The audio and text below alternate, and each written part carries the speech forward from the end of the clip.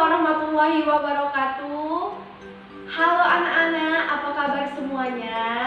Hari ini kita akan belajar tentang tema 4, yaitu berbagai pekerjaan, subtema 3, pekerjaan orang tuaku.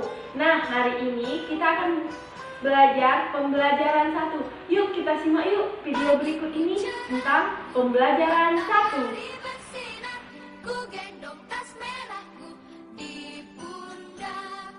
Selamat pagi semua, ku nantikan dirimu di depan kelasmu, menantikan kami, guruku tersayang. Dalam pembelajaran 1 terdapat 3 muatan pembelajaran. Yang pertama, muatan pembelajaran bahasa Indonesia. Yang kedua, muatan pembelajaran ilmu pengetahuan sosial. Dan yang ketiga, muatan pembelajaran ilmu pengetahuan alam. Dalam setiap muatan pembelajaran terdapat kompetensi dasar. Pada muatan pembelajaran bahasa Indonesia terdapat kompetensi dasar 3.5 dan kompetensi dasar 4.5.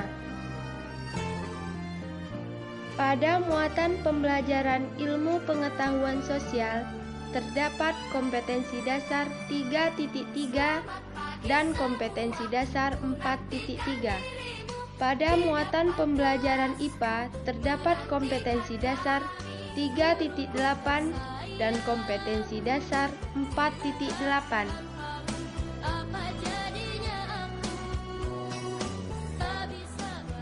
Tujuan pembelajaran 1. Setelah membaca dan mengamati video dongeng Tupai dan Ikan Gabus, siswa mampu menilai cerita dengan detail.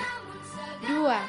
Setelah membaca dan mengamati video dongeng Tupai dan Ikan Gabus, siswa mampu menampilkan penilaian cerita secara tulisan.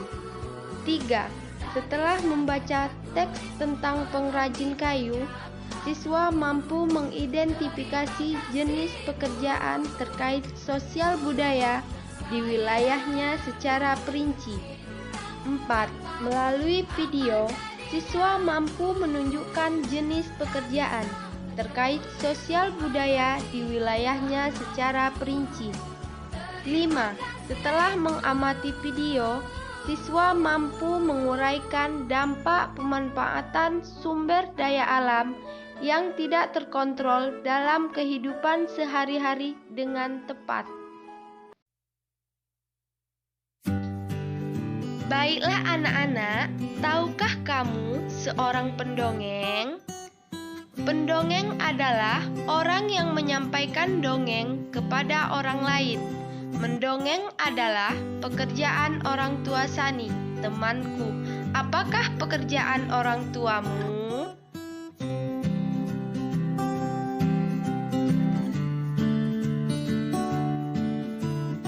Mendengarkan dongeng sangat menyenangkan. Indonesia kaya akan dongeng.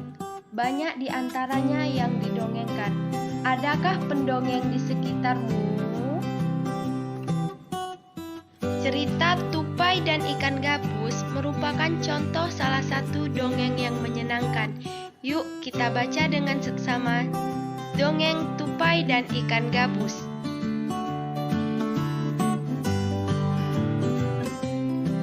Suatu hari, Tupai tidak melihat Gabus, sahabatnya. Ia mencari ke tempat biasa Gabus tinggal. Saat bertemu, Tupai sangat kaget. Gabus terlihat lesu. Ternyata ia sedang sakit. Tupai sangat sedih. Ia menawarkan makanan untuk sahabatnya. Namun, Gabus tidak berselera makan. Gabus hanya menginginkan satu jenis makanan yang diyakininya dapat menyembuhkan penyakitnya. Tupai berjanji akan mencari untuk sahabatnya. Setelah Gabus mengatakan makanan yang dapat menyembuhkan penyakitnya, Tupai sangat kaget. Ia harus mencari hati ikan hiu. Ikan hiu sangatlah ganas. Tidak terpikir olehnya ia bisa mendapatkannya. Ia ingin sahabatnya sembuh.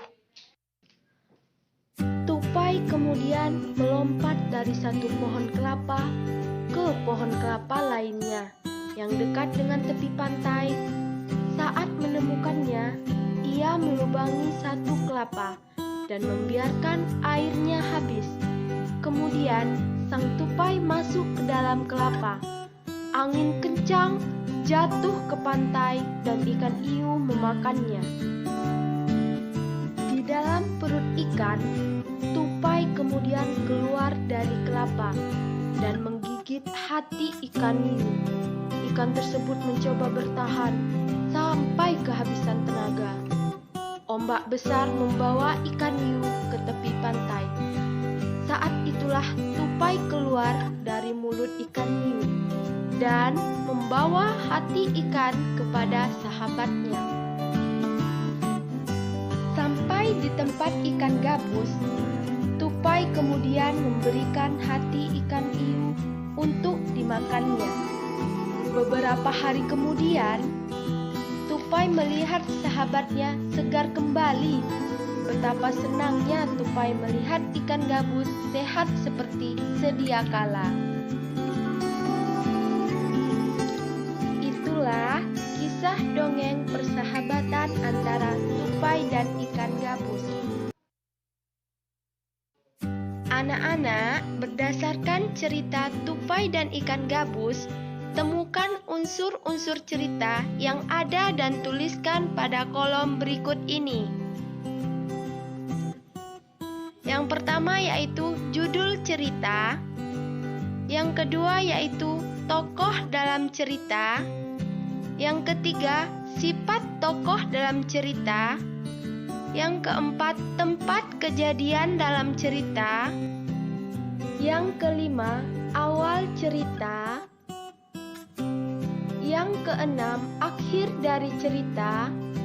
Dan yang terakhir adalah pesan moral yang terkandung di dalam cerita tersebut. Baiklah anak-anak, mari kita jawab dengan seksama kolom bagan pertanyaan dari cerita tersebut. Yang pertama judul, yaitu tupai dan ikan gabus. Yang kedua, tokoh dalam cerita, yaitu tupai, ikan gabus, dan ikan hiu. Yang ketiga, sifat tokoh dalam cerita. Tupai suka menolong dan ikan gabus sabar. Yang keempat, tempat kejadian dalam cerita, yaitu Kalimantan Barat. Yang kelima, awal cerita. Tupai melihat ikan gabus yang lesu. Yang keenam, akhir dari cerita.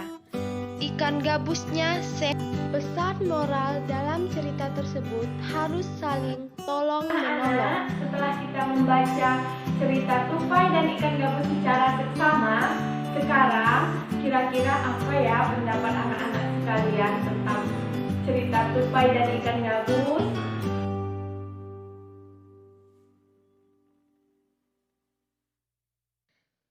Sekarang, bagaimana pendapat anak-anak tentang cerita tersebut? Dan hal baik apa yang anak-anak bisa pelajari dari cerita tersebut?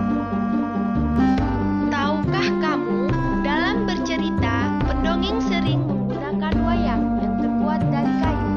Wayang tersebut dibuat oleh pengrajin kayu. Ayo kita cari tahu lebih lanjut tentang pekerjaan pengrajin kayu. Dayu mempunyai teman yang berbuat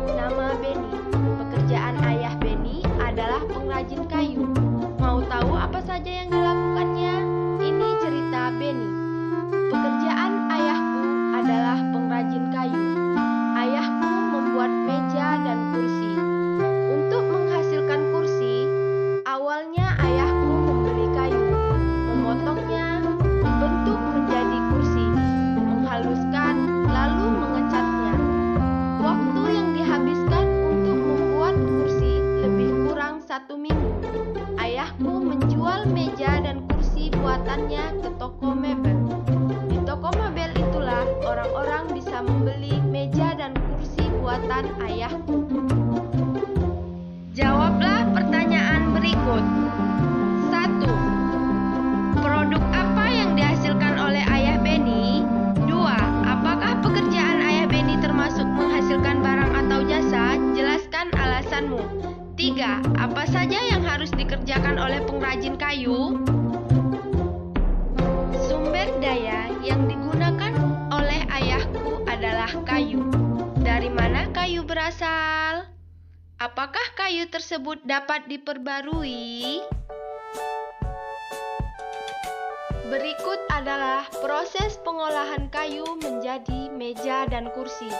Pertama, pohon terdapat di hutan, lalu ditebang dan diangkut ke kota. Setelah sampai di kota, pohon diolah oleh pengrajin kayu menjadi kursi dan meja, lalu diantar ke toko mebel. Di toko mebel lah pembeli dapat membeli meja dan kursi.